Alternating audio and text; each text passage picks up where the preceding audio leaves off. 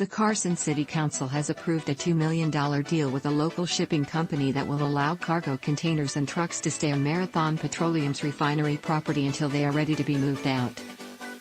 The move comes as congestion in the ports of Long Beach and Los Angeles continues amid worldwide supply chain issues that have, in part, contributed to an inflation surge for consumers.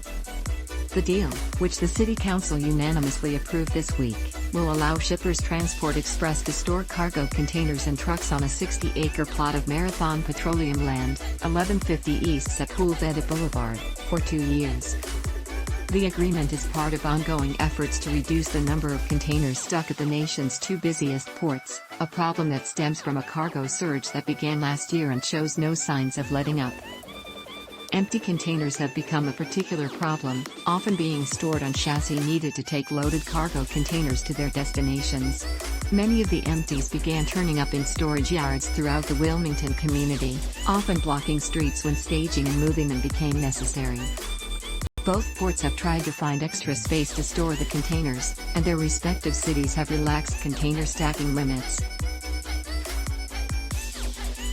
The ports also have a threatened but not yet implemented fee against ocean carriers whose filled containers linger too long on terminals. To help alleviate the supply chain crisis, there is a desperate need to find locations to which to move trucks and/or cargo containers that need to be moved or see.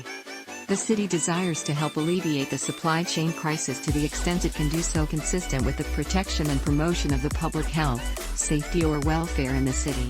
STE will pay the city $1 million annually in fees in exchange for total access to Marathon's plot during the 2-year agreement. That money will fund, in part, public works projects and street repairs that will likely be needed.